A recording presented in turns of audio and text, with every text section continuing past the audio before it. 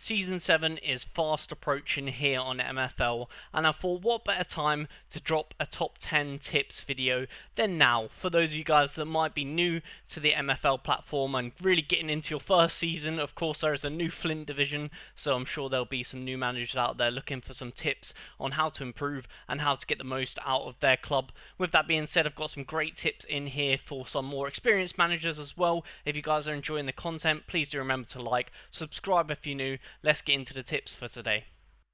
Our first tip for today is use MFL Coach. I think this might be the biggest third-party sort of platform that I use when I'm playing MFL, and the biggest thing I use on the website is Formation Meta. Now what I'll do is I'll link this down in the description below, and probably for all of the tips here today, not only will I timestamp the video so you guys can skip if you already know this tip, but I'm also going to try and link as much as I can in the description. So yeah, with that being said, I will say Formation Meta is fantastic. If you click on the website here, maybe if you've not seen it before, pretty much what it does is it sort of amalgamates all of the matches, what formations play what on this obviously patch here, and it will give you sort of a rough percentage of how likely one formation is to win against another one. Of course, this is overall does play a big difference in that. As you can see, the graph here sort of allows 20 difference. So of course, if if a team has a 20 greater overall, then it's going to kind of negate the fact that one formation might be better against others. But you guys can go back here and see, say for example, the last patch. Here we go, and then all the way back to some of the other ones. But of course, you guys want to really be using the most up-to-date one. However, say for example now you're just about to start the season, you can see here this one doesn't have much data, so you can come back to a later patch and see this one has a lot more games that you can pick from, 12,000 to be exact. And then let's just say you're running a 4-1-2-1-2 narrow and you know you're going to play against a 4-3-3, you can come and look on here and be like, okay, the 4-3-3 narrow, the 4-1-2-1-2 narrow usually wins 40% of the time against a 4-3-3 flat, so you know you're going to be good. Now I will say that this kind of ties into the first tip: be versatile on MFL. Make sure your club has right wingers, left mids, right mids, centre mids, CDMs, cams. Be adaptable, especially in that midfield, and that's what I like to do, setting up my teams. Of course, MFL is brilliant because the a million ways you can play the game. And with that being said, if you guys are new to MFL and you want to support the channel, then please do remember to use my link in the description to sign up. I don't shout myself out enough in these videos, so I thought I'd throw it into the tips before we get into our second one today. Our second tip for the video is use MFL Manager, another link that will be found in the description down below. This website is a fantastic third-party sort of platform that you can use to see the projections, and not only that, but also really use the analysis that it has to dissect your team, and you might even learn that some players are better in different positions. So obviously you can see here I have 4 clubs. I'm just going to be using my main team as the example because they're the ones I focus the most on.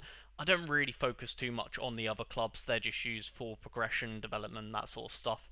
But you can see here on the website, if you scroll down to this sort of formation tab, you can see here all your different players, whatever formation you might be running, you can come and have a look on here and say, okay, my best right winger in the club is 58, my best left winger is 64, and it's quite a good squad depth chart. I really like this, and you can see, for example, in my club, centre mid is a very good position, centre back's pretty good, right back's pretty good. The other positions are not fantastic. Like left wing back is okay, centre forward's pretty poor, but again I don't really use them positions. But yeah, you can see that's quite a cool thing to look at. And then the main thing that you would use it for is projections. You can see here the main team is projected to have a bit of a rougher season, potentially be fighting against relegation in ice, but you can use this to plan your future games. So my second tip, of course, is to use MFL Manager, but use it in a way that you can plan your games. So you can see here I have a little spreadsheet, and pretty much I put all of the teams that I'm going to be playing against in what order. Then I've got their opponent average, like their average score, so this is their MMR. So for example, say I just want to make sure that my first team is fully rested when I play against, say, some of the teams that are more around my level, and then maybe when I'm playing against top, I can rest my main team. My third tip for you MFL users is to tactic test. Now, if you're new to MFL, you might not know what this is, but pretty much all you're doing is optimizing your strategy and your tactic, whatever it might be. Now, if you're a manager like me and you believe that all formations are pretty balanced in this game, tactic testing can be quite important to make sure you optimize the formation that you are going to be using. How personally I do this, I will say everyone does it differently. This is just how I do it.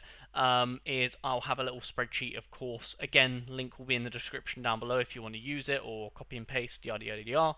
And pretty much I will just go into competitions here on the left, go to play training matches, and then I'll hit play and pretty much spam training matches and record the data from the matches in a spreadsheet, and then I'll use the data to pretty much determine if the tactic is good or how I can improve it.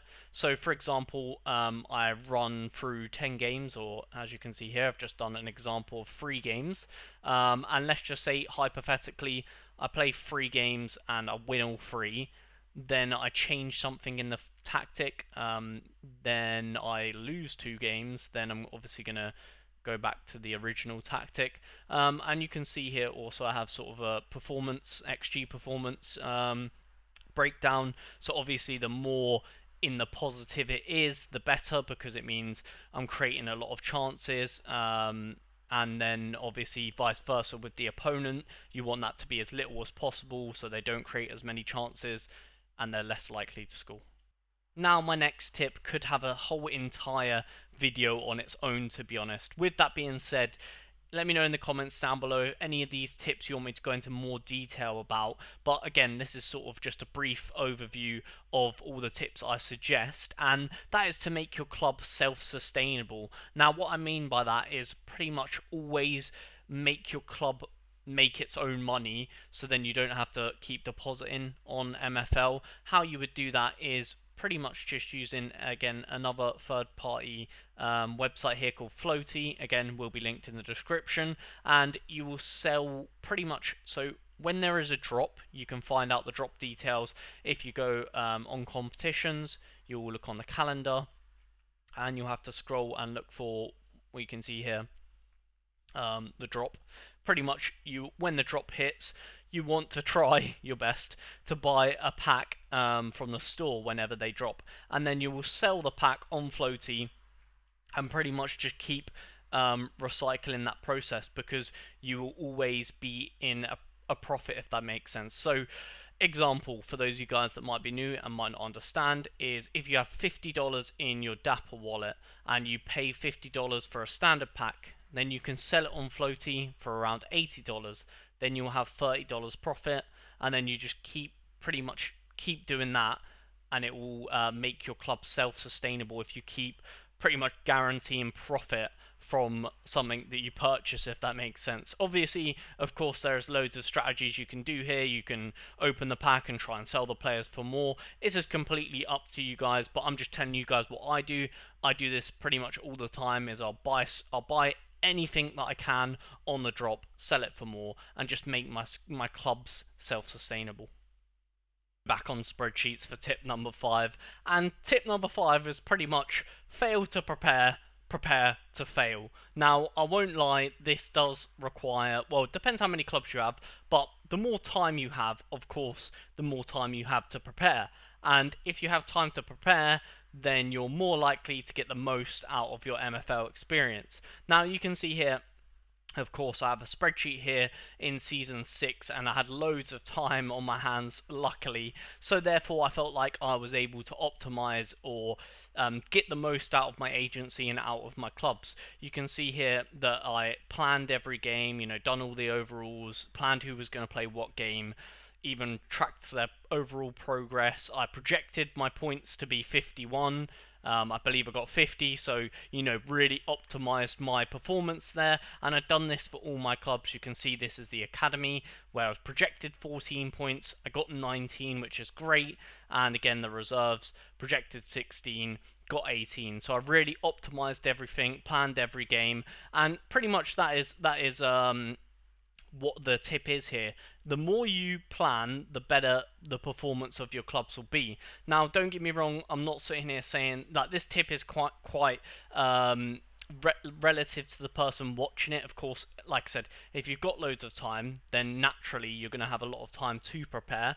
However, using your time wisely, revising the players that you might be playing next, revising schedule, when works best to play your first team, things like that, all come hand in hand and do add up to the points total at the end of the season, believe it or not.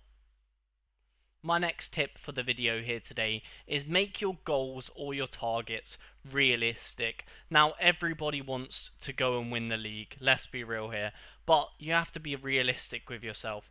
Is your squad strong enough? Now, again, I'm using my main team here as an example, and I would love to be promoted out of ice and win it all, but realistically, is that going to happen? You can see here, my squad is decent, I've not given up any rev share, and for that reason, I'll probably struggle in ice. And you have to be real with yourself. And the reason as to why this might be the case is because I've been reluctant to give away rev share when a lot of people in my league, for example, might be happy to give away 20, 30%, 40%, and they'll likely finish above me because of this, you know what I mean? So you've got to be realistic with your targets and maybe ask yourself the question of why perhaps am I projected to finish so low? Why did I finish so low?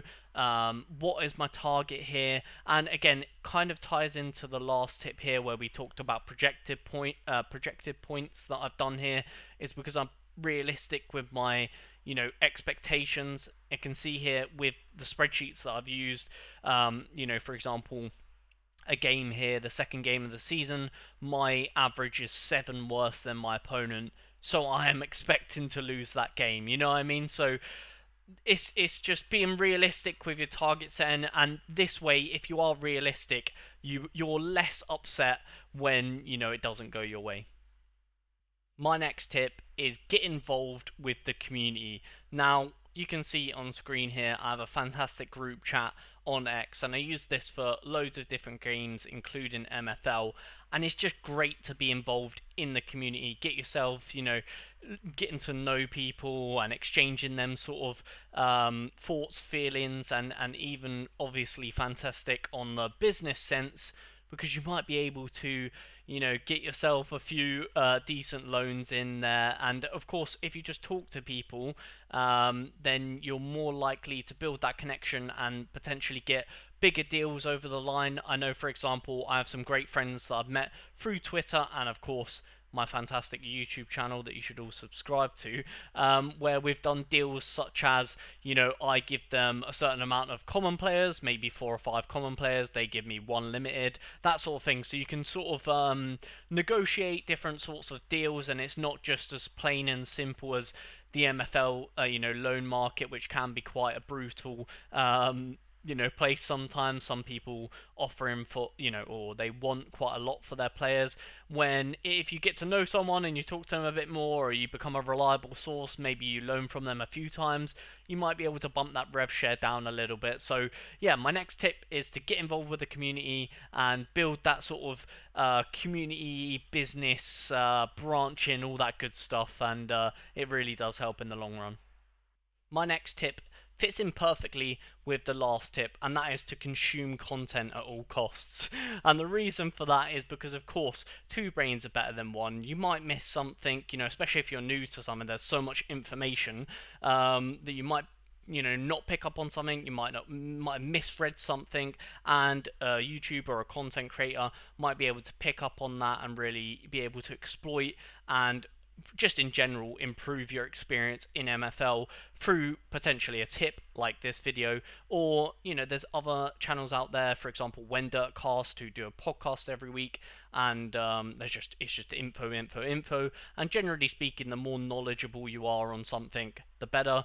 There's other channels as well, I think it's called Big Mr. K, who does fantastic analysis on like AI, things like that, and it's just very interesting to watch. So yeah, shout out to all the MFL content creators that there are, because it makes our sort of brain expand or knowledge empowered. Even Josh Excels does a lot of like good tutorials and things like that. So yeah, there's lots of great content to consume on MFL, and my advice would be to consume it and learn, because like I said, obviously two brains are better than one. Two people looking at one bit of information, someone might pick up on something that the other one missed. So yeah, let's all enhance our experience together. The penultimate tip for today's video is, remember, MFL is a game and it has been made and promoted to have fun, okay? So obviously everyone might have fun in different ways. Some people's version of fun might be winning, other people's version of fun might be opening 100 common packs, as you can see on the channel. And I would say, yeah, it's good to get the balance of being smart and having fun on the game. My version of fun is, of course, opening loads of common packs, and my version of being smart, like I said in a previous tip, is to be self-sustainable, selling my floaty packs in order to build more clubs. And I think for me that is the way of being smart in MFL, is to have lots of clubs to get you lots of MFL, and then my way of having fun is spending all the MFL on common players. So however you choose to have fun in MFL, I think that is the most important thing, and that is definitely a tip to not turn your nose up at. It is very important. And my final tip for the video here today is, don't stress. Don't let one bad result ruin your day. Now, this is coming from a place of experience where I've let a bad result, ruin my evening and things like that. I think we all have, realistically. And look, we wouldn't be playing the game if we didn't, if we weren't emotionally attached or a bit passionate about our results. So don't get me wrong, I don't mean it in the sense of like lose all your emotion, but at the end of the day, do remember that, the season in MFL is about 4 to 6 weeks, and then we go again. And realistically, if you are someone that is in Spark, Flint, Ice, that sort of division, the lower tiers, realistically, guys, to be in the Diamond League or the Platinum Division, you need to spend so much money just to even try to get into them leagues. So if you're just someone that has joined MFL maybe today and you're not looking to spend millions of pounds or whatever, then just don't stress too much. Enjoy the moment, have fun with it, and if you don't believe me, go onto a Diamond team, have a look at their squad, look how much they paid for each player, and ask yourself, are you ever going to do that? If you're not going to do that, then realistically, guys, just have fun, And don't get me wrong, this is not me saying, not trying to kill your dreams or anything like that, but this ties in very well with a previous tip where I said be realistic with the goals. It's just sort of the same with the game in general. Like, don't stress yourself out too much. Have fun with it. And remember, like I said, ultimately, again, ties in with another tip. Have fun. Enjoy yourself. Yes, guys, so there is my 10 tips on MFL going into Season 7. I hope you guys did enjoy. Like I said, lots of links in the description down below. I hope you guys did learn something. And, of course, if you do want me to go into more detail about any of the tips here today, get in the comment section down below and I'll be replying to everyone. If you guys did enjoy the video, please do remember to leave a like, subscribe if you're new. We'll catch you guys in a future video. Peace.